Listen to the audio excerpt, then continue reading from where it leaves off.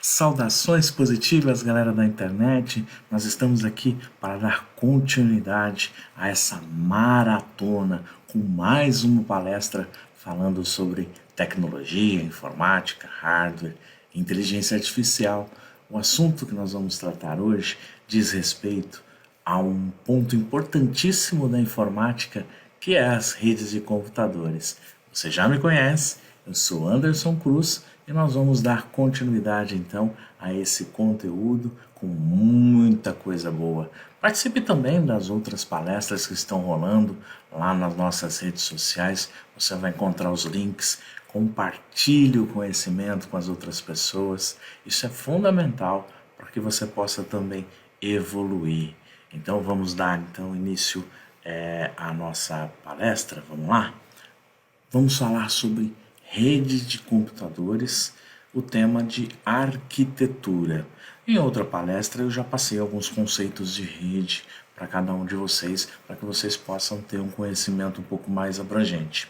Porém, é importante lembrar que os conhecimentos que nós trazemos aqui nas palestras, eles são a base para que você possa então aprofundar os seus estudos naquela matéria correlacionada. É importante que você participe também das outras palestras relacionadas a conteúdos de games, de inglês, de comportamento pessoal, para que você possa então ampliar o seu currículo e ter mais e mais conhecimento agregado na sua evolução.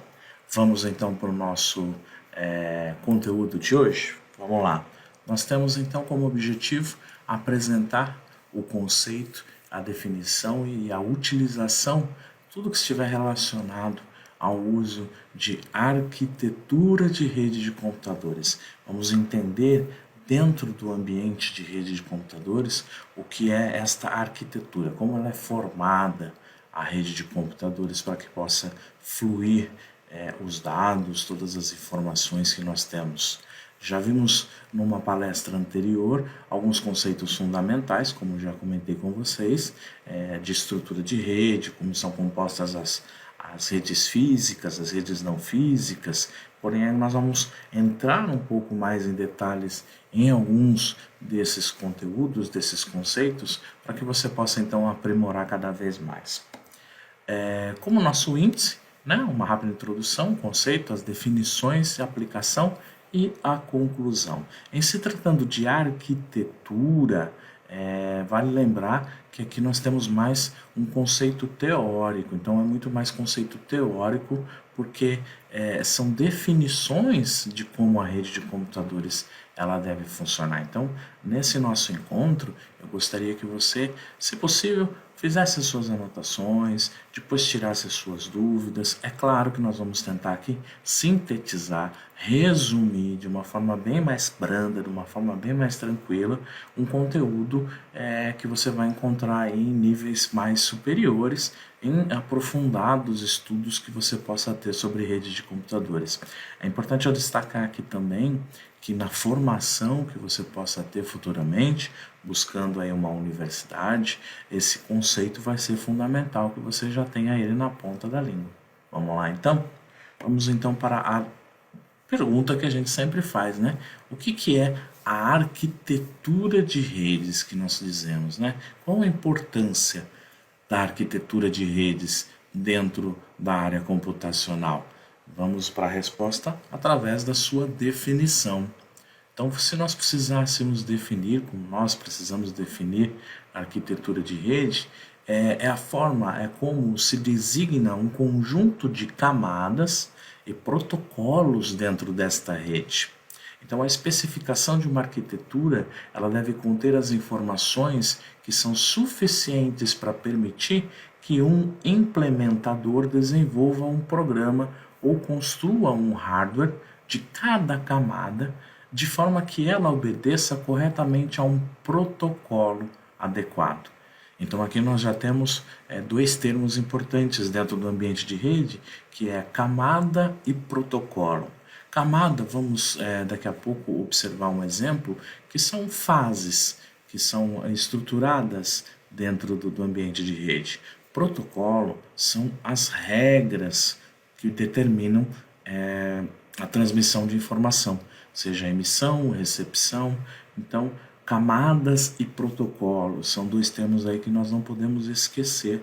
E a arquitetura de rede é o conjunto disso, é a junção das duas coisas.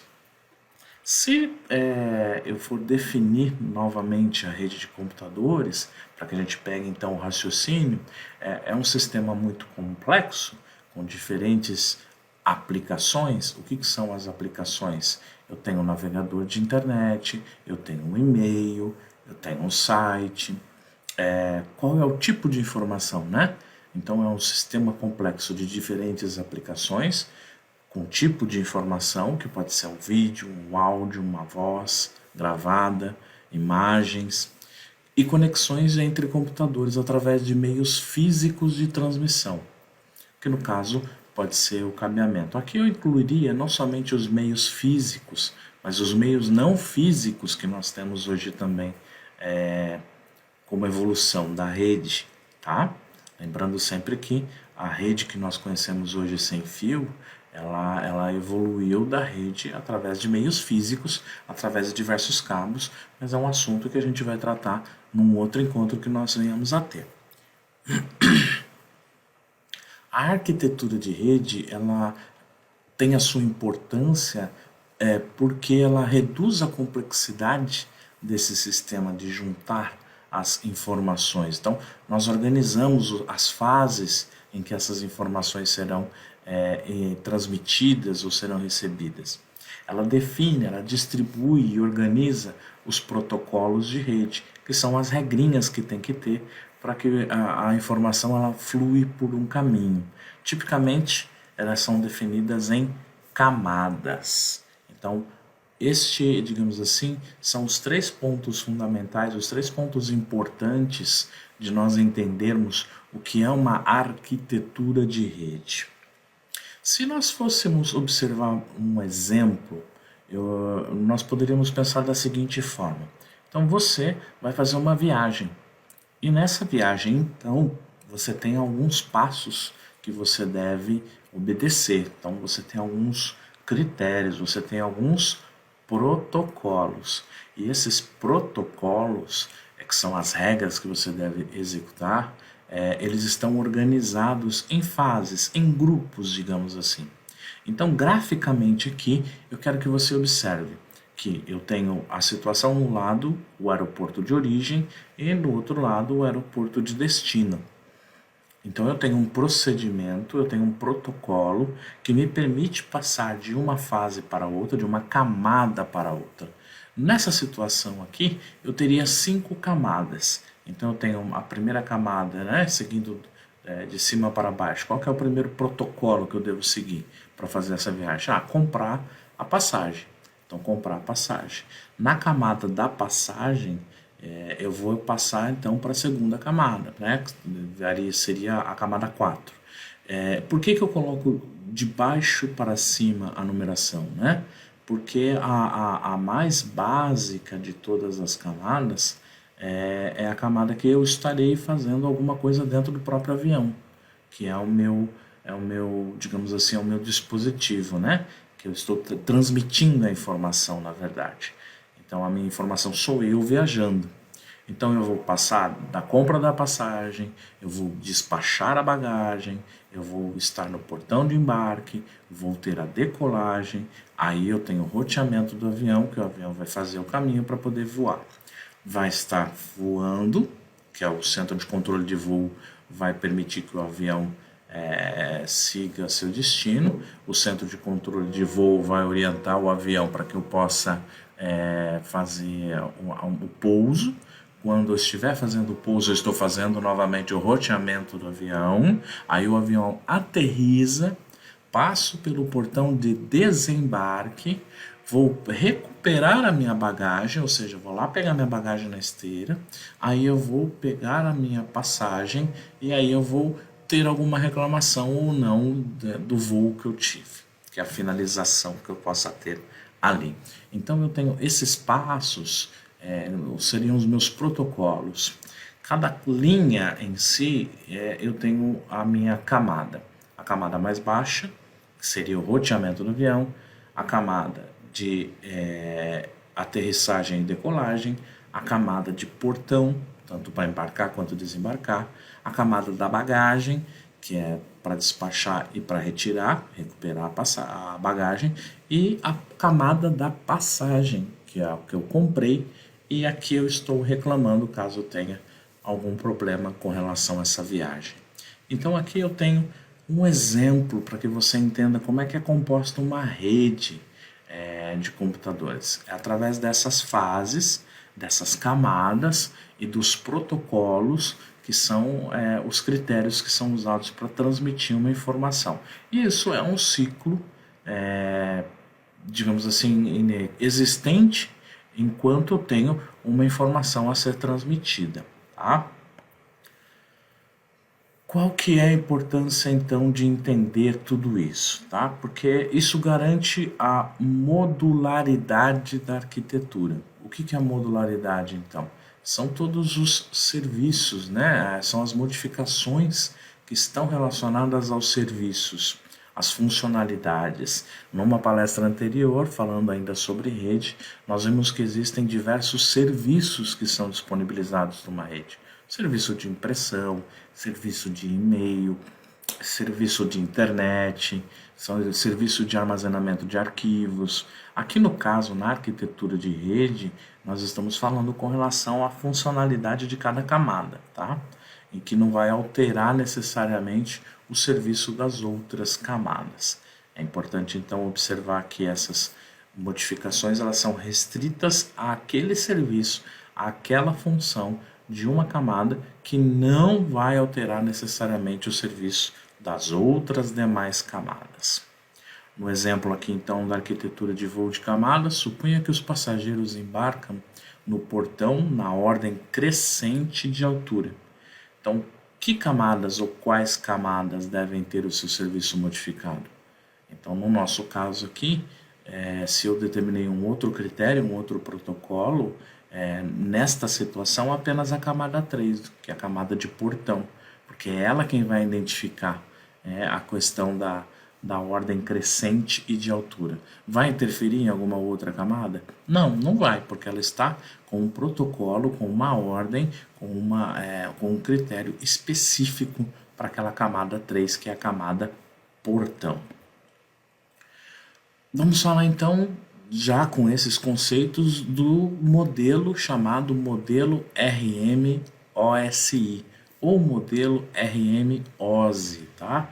Esse modelo, ele permite a comunicação entre a máquina heterogênea de uma rede, de curta, média e de longa distância, independente da tecnologia utilizada. O RMOSI, ele significa Reference Model for Open System Interconnection, que estabelece uma arquitetura de 7 níveis ou 7 camadas. No nosso exemplo do voo lá, para que eu tivesse todo o processo do voo em si concluído, eu tinha 5 camadas. No caso da rede de computadores, utilizando esse modelo, nós temos 7 níveis, 7 camadas. Uma camada ou um nível, ele usa serviços do nível inferior. Ele presta serviço ao nível superior, através de uma interface. Olha outro termo importante que a gente tem que lembrar na informática. Interface. Um exemplo de interface, quando você utiliza o sistema operacional do seu computador. A interface são todos os recursos de mouse que você vai clicar nos ícones, vai clicar numa barra, vai clicar num botão. Esta é a interface, é o meio de comunicação entre um dispositivo e você como um usuário. Ok? Depois você pode, sem dúvida alguma, se aprofundar nesses termos. Lembrando que quando se fala em arquitetura, em ciência de computação, nós temos termos específicos da área. Por isso é que é importante você ouvi-los aqui, a gente faz um breve resumo, mas depois, sem dúvida alguma, quando você for aprofundar os seus estudos, você vai, sem dúvida alguma, ter um fundamento maior ainda nesse conceito. Bom, a cada um dos níveis está relacionado, né, fica associado, e aqui eu estou falando dos níveis de camada, um ou mais protocolo específico, que é responsável por cada um dos aspectos da comunicação. Alguns protocolos eles são implementados no hardware, que é a parte física, e outros protocolos são determinados no software, que é a parte lógica, a parte de programas. Aqui nós temos um exemplo gráfico desses níveis, né? Os 7 níveis da camada OSI. Ela é composta então pelo nível mais baixo, que é a parte física, que é o hardware. Depois ela tem o enlace, a rede, transporte, sessão, apresentação e a aplicação. Então, esses níveis são os protocolos que a gente já viu, são as fases que cada dispositivo tem. A camada mais baixa é chamada de física, ou seja, é o hardware. Físico e enlace estão relacionados ao hardware do dispositivo. Se for aqui no desktop, seria a minha placa de rede se comunicando com todo o computador. Depois, rede, transporte, sessão e apresentação estão relacionadas a essas informações sendo manipuladas pelo sistema operacional, seja ele Linux, seja ele Windows, seja ele qualquer outro sistema operacional que você possa utilizar. É a camada, ou melhor, são as camadas que estão relacionadas ao sistema operacional. E a camada da aplicação, que são os dispositivos, perdão, são os aplicativos que nós utilizamos para acessar a rede. No caso aqui eu tenho um navegador, eu posso ter um aplicativo no meu dispositivo de celular, se eu estiver falando de um dispositivo móvel, tá? Bom, a comunicação entre os computadores ela funciona sempre então num processo contínuo de fluxo de informação entre cada uma dessas camadas. Então começa desde o envio de um acesso de uma máquina para outra. Então eu tenho aqui um navegador numa máquina com Windows, eu tenho lá um navegador através de uma máquina Linux. Então a aplicação ela acessa a apresentação, sessão, transporte e rede do sistema operacional, que vão mandar informações para a camada de enlace, que vai mandar para a camada física. Essa camada física então transmite pela nossa rede, que vai chegar até outro dispositivo pela parte física que recebeu essa informação, vai passar pelo enlace, vai passar pela rede, transporte, sessão, apresentação, até a utilização de um aplicativo nessa outra máquina, de uma aplicação através da sua interface para receber essa informação. Então, esse é um ciclo de transmissão por essas camadas. Mas, Anderson, eu vejo isso como? Através do funcionamento da máquina como um todo. Mas o raciocínio de como é feita a transmissão, se nós fôssemos exemplificar ela graficamente, seria dessa forma. Vamos falar sobre o encapsulamento. Então, o que nós chamamos de encapsulamento é o protocolo Data Unit. Aqui eu faço um parênteses. Perceba que muitas coisas que nós estamos falando aqui, já em diversos encontros que nós temos, o inglês ele está presente. Eu já disse isso em outras situações, mas vale lembrar. O inglês é a língua universal, é a língua oficial da informática. Então, tudo que nós temos relacionados à informática, muitos termos, muitas inovações, toda a documentação, ela é primeiramente distribuída em inglês. Então é importante ressaltar esse detalhe, que muitos termos aqui que a gente apresenta, principalmente em arquitetura de redes, está relacionado ao inglês, tá? Mas são definições, como são nomes, você não vai ter problema algum para poder entender. Então aqui no caso o PDU, que é o Protocol Data Unit, ele representa o bloco de dados que é transmitido entre os níveis de arquitetura de uma rede. Cada nível, N1 no caso, ele recebe uma PDU no nível superior N. E ele adiciona seus cabeçalhos de controle formando uma nova, né, que seria a sua PDU.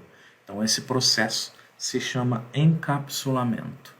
Então ele pega a informação, ele pega os dados que são transmitidos, recebe do nível inferior e adiciona o seu cabeçalho de controle, formando uma nova que vai seguir para a próxima para a próxima camada, para o próximo nível. Todo esse processo, então, se chama encapsulamento. Dentro dos níveis da camada OSI, nós temos lá o primeiro nível, né? Que é o nível físico, lá embaixo, o nível mais baixo. É ele quem transmite uma cadeia de bits. Vale aqui você lembrar que nós temos uma palestra justamente falando sobre o sistema binário e lá a gente explica que eu tenho bit, byte, megabyte, gigabyte, a taxa de, ou melhor, a menor medida de informação que nós temos na informática é um bit. Então, um conjunto de bits vai permitir a transmissão de uma determinada informação. Então, dentro do nível físico, nós tratamos de questões como representar os zeros e os uns, né? Quanto tempo isso dura dentro de um bit, a pinagem de conectores que eu tenho numa placa de rede, dentro de outras funções. Lembrando que o bit, o byte, de novo, volto a falar. Se você ficar com dúvida, assiste lá, procura uma palestra que nós falamos sobre sistema binário, você vai entender melhor esse conceito de 0 e 1, que é transmitir o impulso mais forte e reduzir a carga elétrica desse impulso. Então eu tenho um caminho de informações entre zeros e uns que vão formar um conjunto de informação.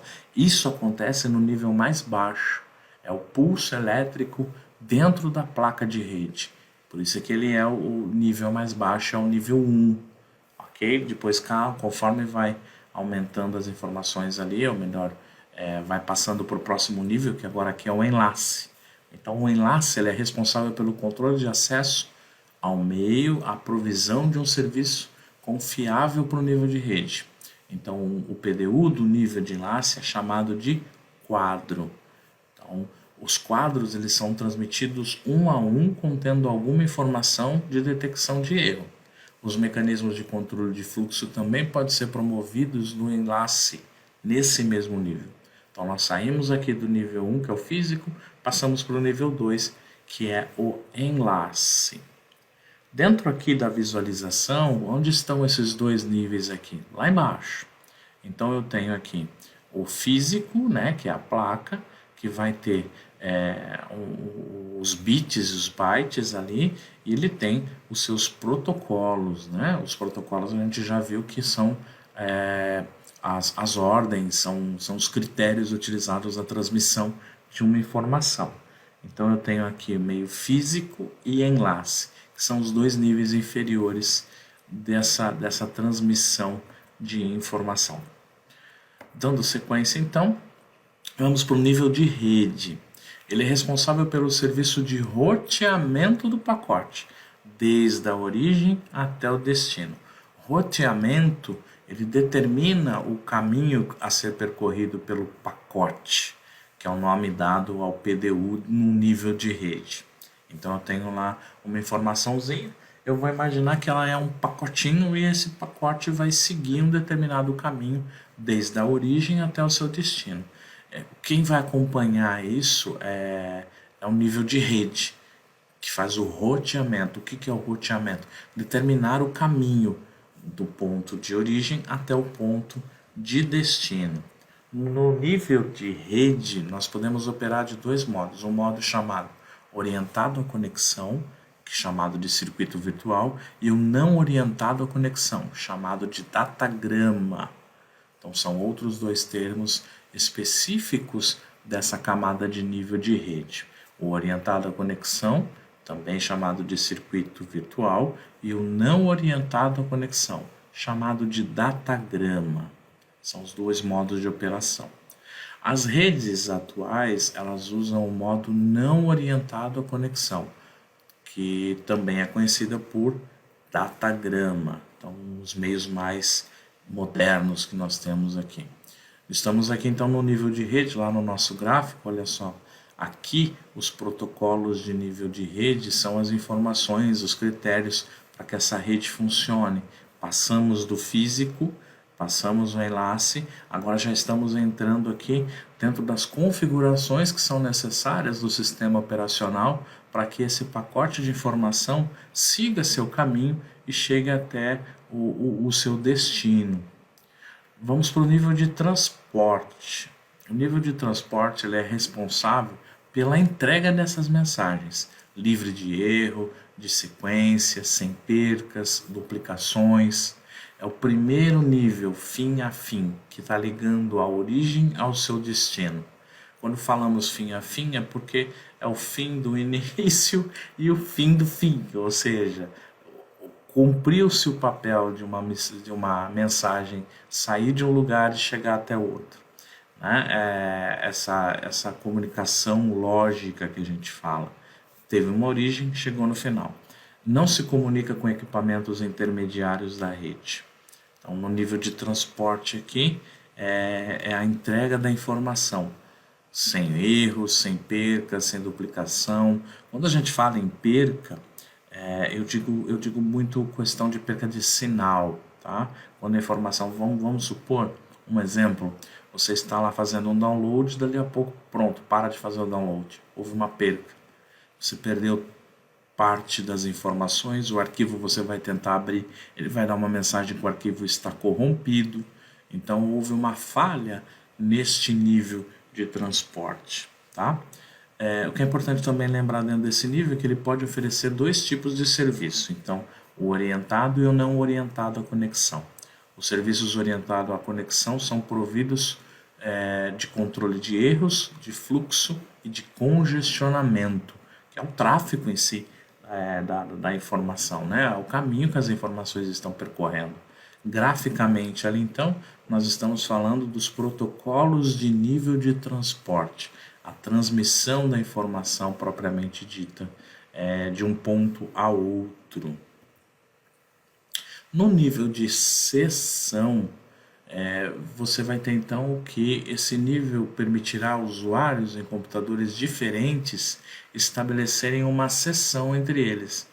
Então essas regras vão determinar que um computador que tenha, perdão, um computador que tenha o sistema operacional Windows consiga receber informação de um computador que tenha Linux, de um computador que tenha o sistema operacional macOS, iOS, que seja, ele transmite a informação para um computador que tem o sistema operacional Windows, ok?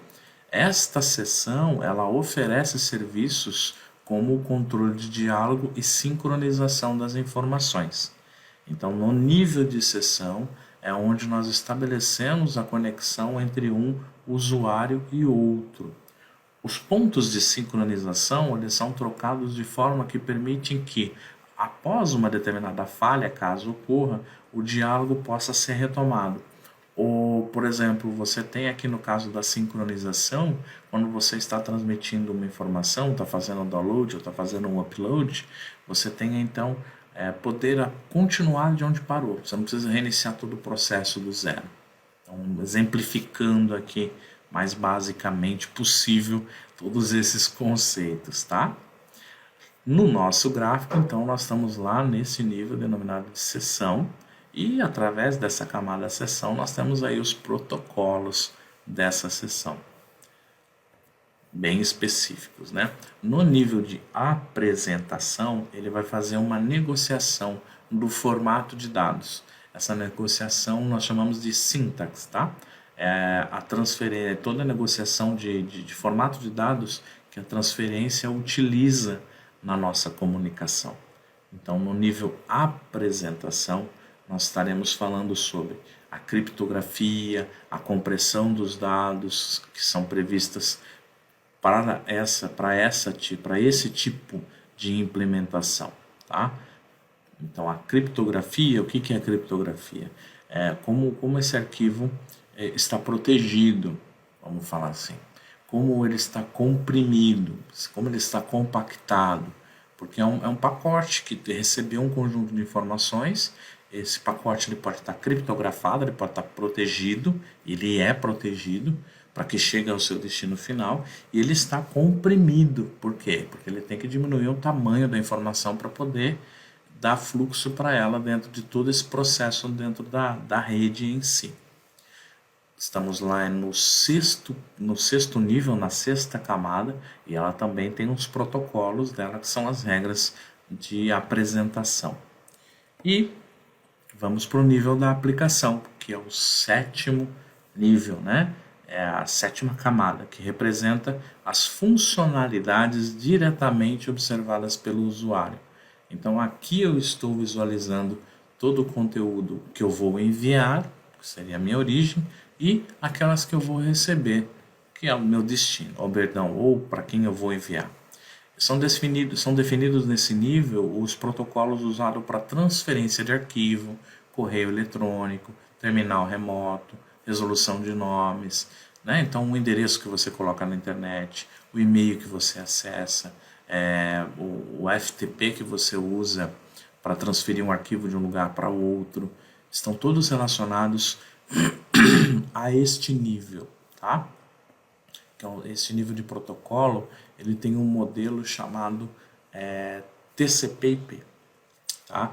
Então, nós temos aqui um modelo de referência definido para a internet, que é mais simples ainda para entender esse modelo OSI. O modelo TCP/IP, ele trabalha com 5 níveis, 5 camadas, que são a camada de aplicação, transporte, rede, enlace e física. O protocolo TCP/IP, no nível de transporte, né, o que seria o TCP/IP? Transmission Control Protocol. E eu tenho o UDP, que é User Datagram Protocol. No nível de rede, que é usado o protocolo IP, Internet Protocol. Agora, então, você já com certeza deve ter puxado pela mente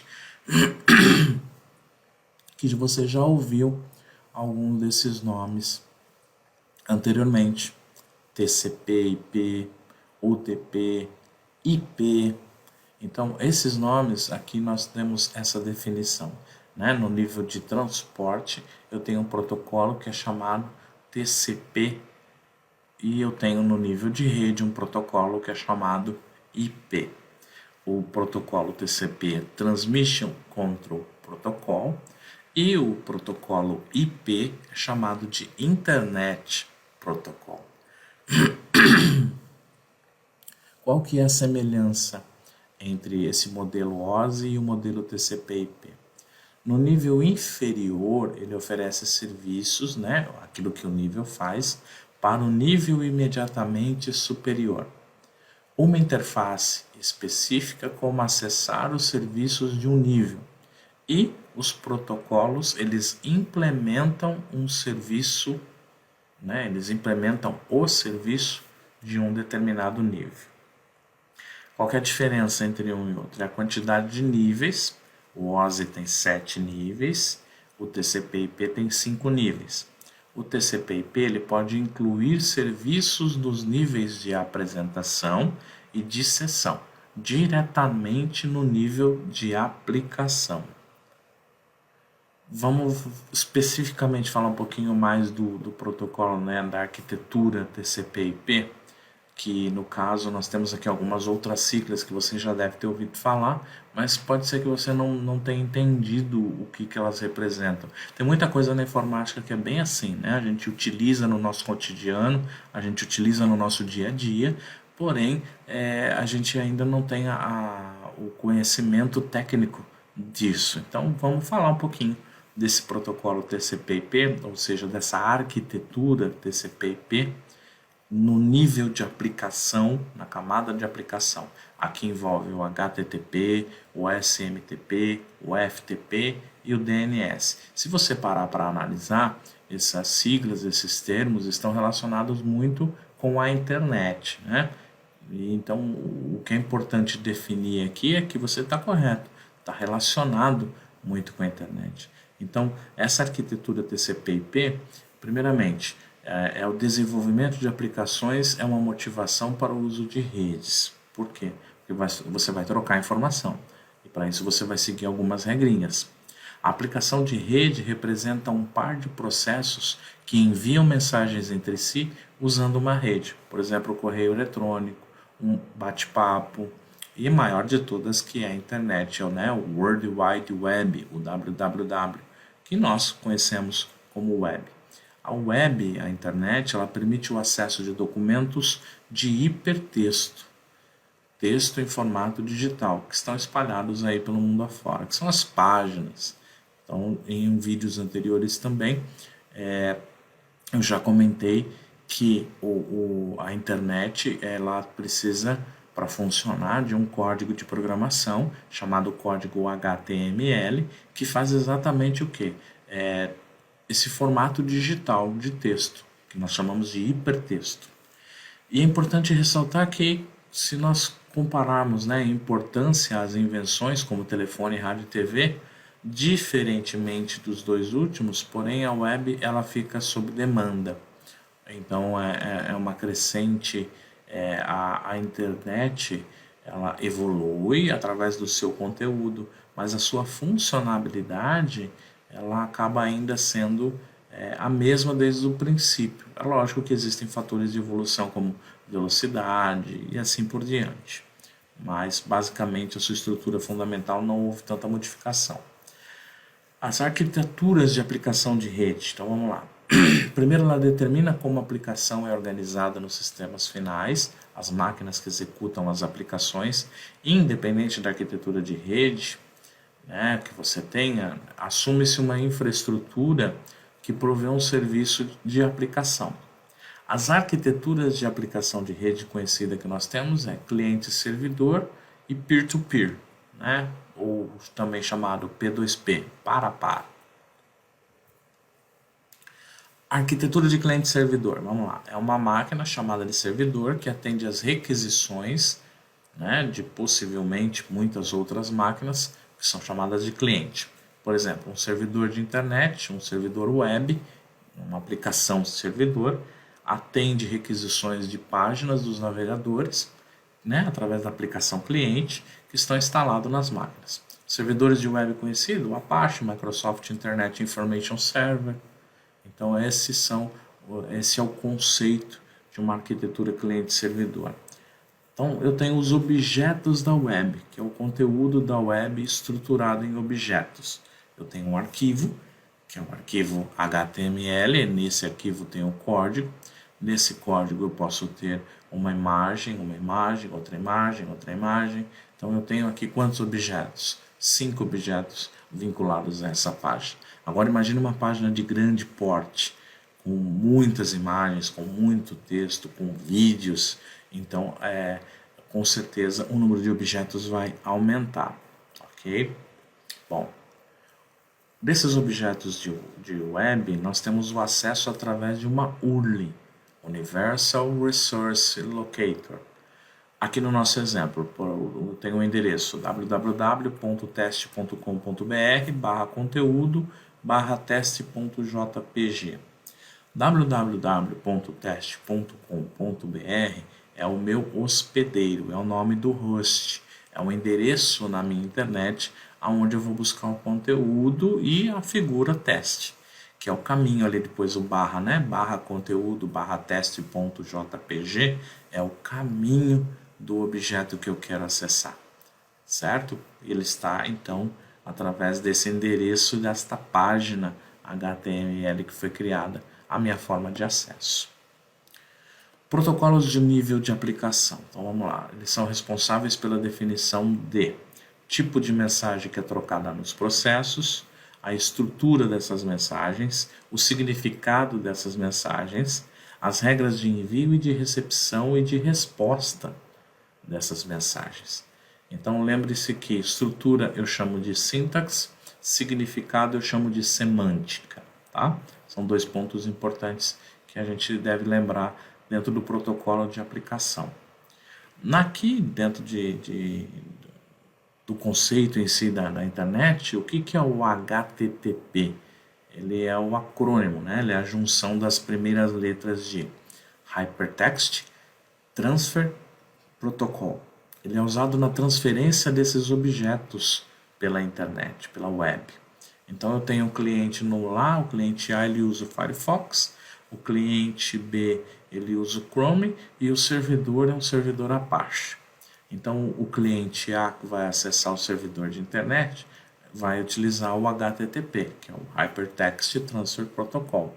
O cliente que tem o Chrome também vai acessar através deste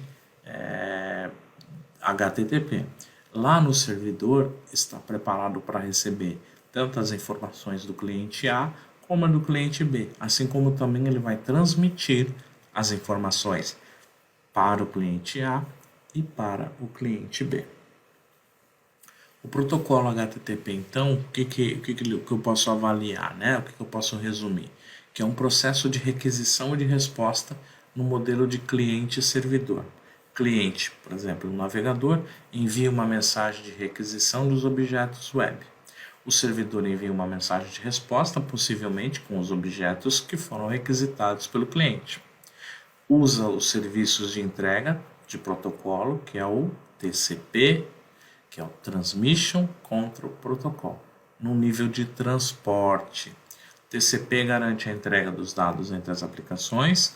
O servidor HTTP ele usa uma porta de comunicação chamada porta 80 do TCP. Porta. Então, o que é a porta aqui? Ela identifica o ponto final da comunicação no sistema operacional do computador. Então, se eu fechar essa porta 80, então aí eu já entro nos critérios aqui de firewall, tá? Especificamente firewall. Se eu fechar a porta 80, trocando em miúdos, eu estou bloqueando o acesso à internet. Se eu fechar a porta 443, que é a porta HTTPS, que é uma porta de segurança para a navegação, eu também não vou ter acesso a nenhum site que utilize HTTPS. Sites de bancos, sites de grandes instituições. Cada porta tem um número e de acordo com esse número eu tenho os serviços relacionados a essa porta. Então um firewall, na verdade, ele faz isso, ele permite o acesso a essa porta de transmissão ou não, né? Que é o ponto final da comunicação. Hoje nós temos as versões HTTP 1.0, que é desde 1945, e a 1.1, que é definida como RFC,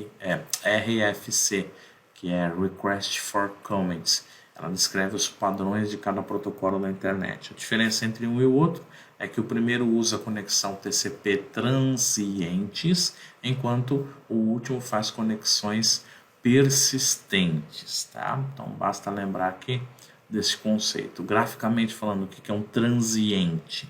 O transiente ele vai de um ponto para outro, depois de um ponto para outro, depois de um ponto para outro, depois de um ponto para outro. Tudo, digamos assim, de forma separada. Então torna o processo mais lento. A persistente não, a persistente é contínua. Então ela já, ao mesmo tempo que acessa a página, já pega lá a imagem 1, já vai tentar acessar a imagem 2, a imagem 3, a imagem 4 e assim por diante. Então a persistente ela vai continuamente buscando as devidas atualizações no processo de navegação. O que é uma requisição HTTP? Você já deve ter visto algumas mensagens de erro no navegador que fala justamente do processo de uma requisição. Aqui eu tenho um exemplo bem típico aqui, né? Que é a denominação do host. Então, o host é o endereço, someschool.edu, por exemplo. Connection é o close. O user agent é o Mozilla 4.0 e o Accept Language FR. Então esse aqui é um exemplo de uma requisição. Quando você digita um endereço lá no seu navegador, você vai fazer uma requisição através da internet, através da rede, para acessar uma determinada página. Tá? Dentro desse processo, olha só, eu tenho aqui alguns determinados componentes nessa transmissão, que é um endereço, que é a versão desse endereço, o cabeçalho desse endereço, o campo do cabeçalho de endereço, que serão enviados, né? Que são, digamos assim, o formato que vai ser encapsulado para mandar, as informações que são pegas desde a máquina que vai enviar para a máquina que vai receber a informação, tá? E qual que é a resposta? Então esse aqui é um exemplo de resposta da informação ao qual eu enviei. Então, apenas para exemplificar, para você entender o conceito em si, nós teríamos que ter um conteúdo mais específico. Mas veja aqui e você tem então uma base de resposta HTTP e uma base de solicitação HTTP. Aí vamos também desmembrar a informação, vai ter essas informações dentro da mensagem transmitida. Nesse protocolo, primeiramente, nós temos que observar também um outro ponto importante, que ele é considerado um protocolo sem estado, ou seja, ele não mantém as informações prévias da requisição. E as respostas são enviadas tantas vezes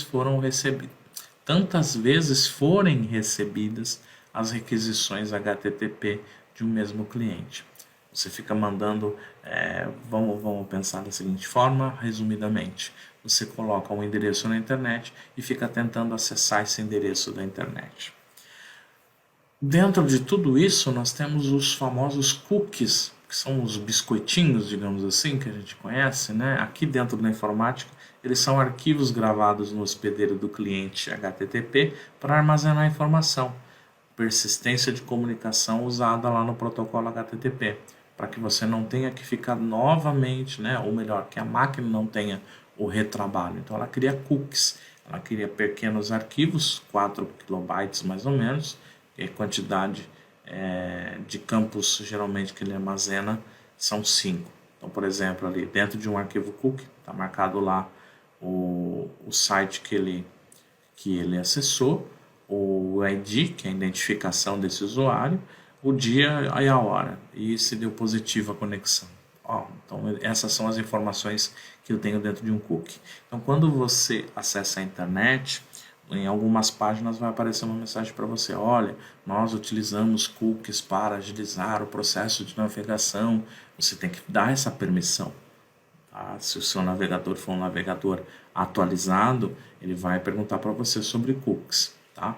Observação importante: muitas pessoas acabam confundindo que os cookies possam ter vírus. Na verdade, não. São arquivos que são gravados lá dentro, que tem essa função justamente de facilitar a conexão no processo mais ágil do negócio, vamos falar assim.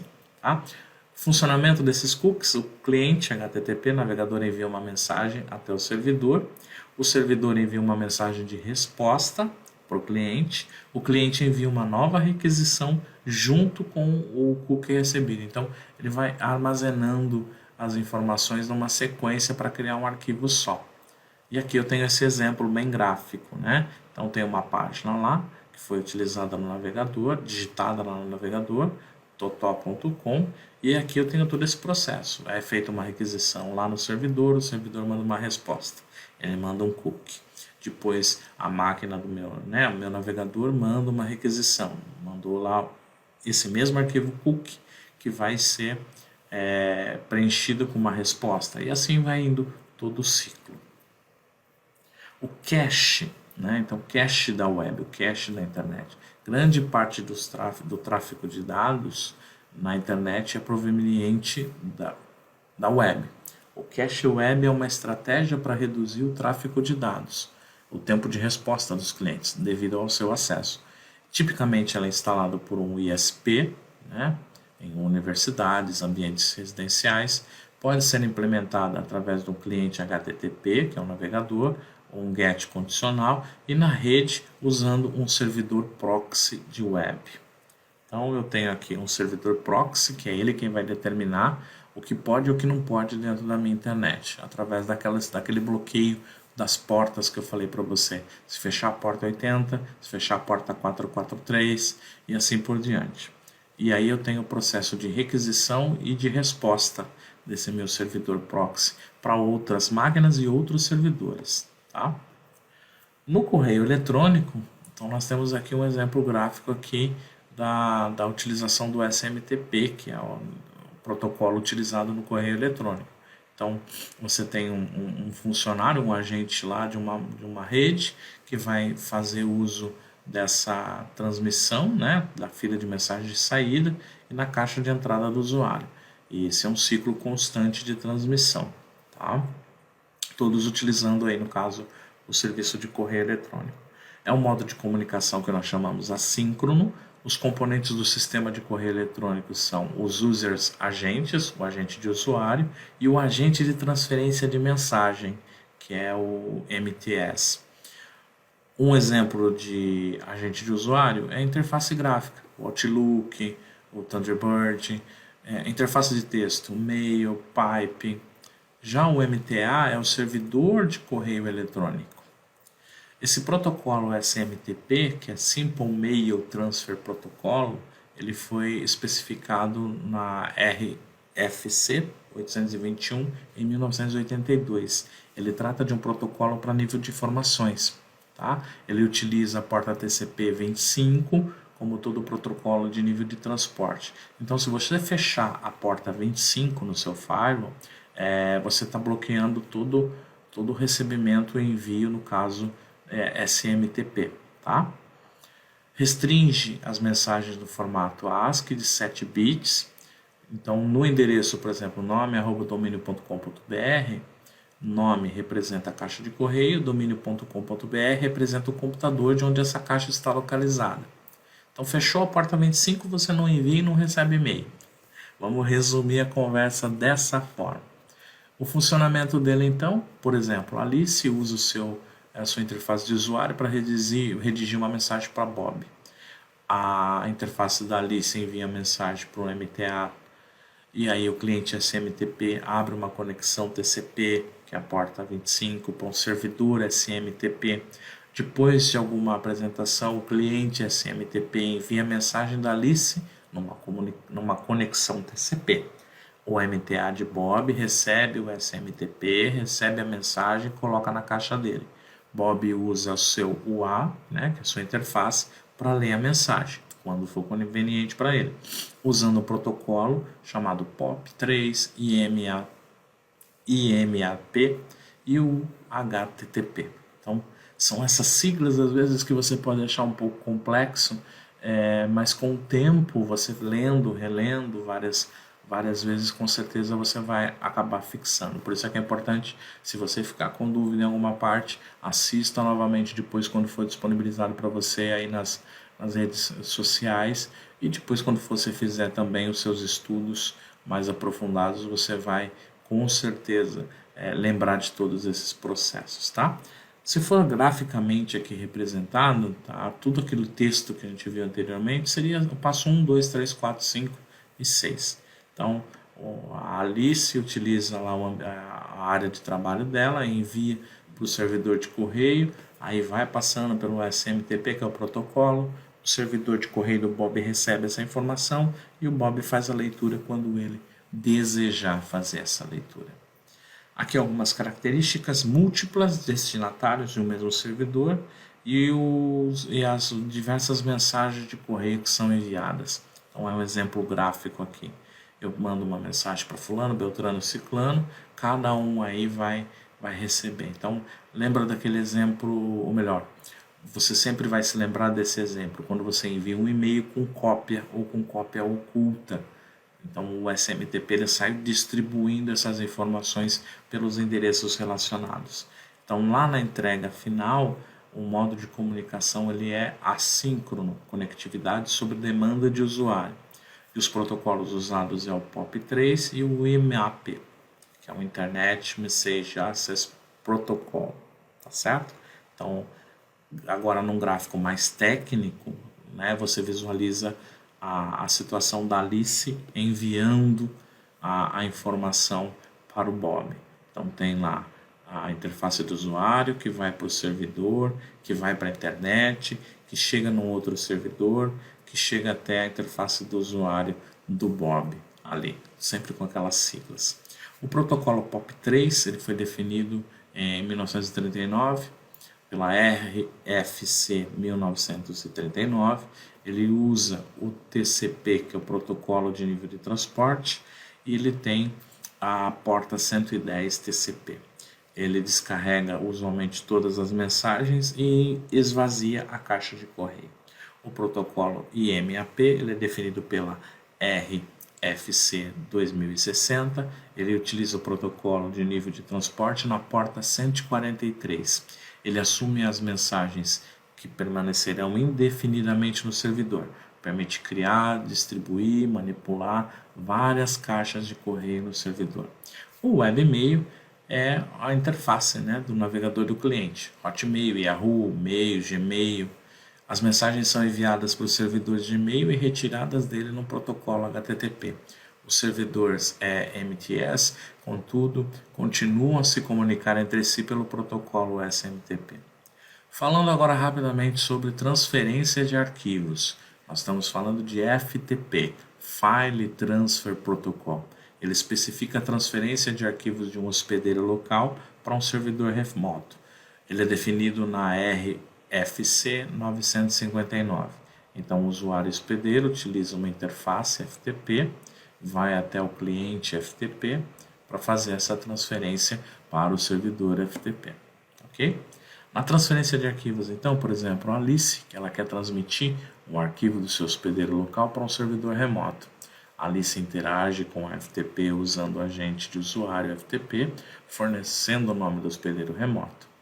O cliente FTP do hospedeiro local estabelece a conexão do TCP com o servidor FTP.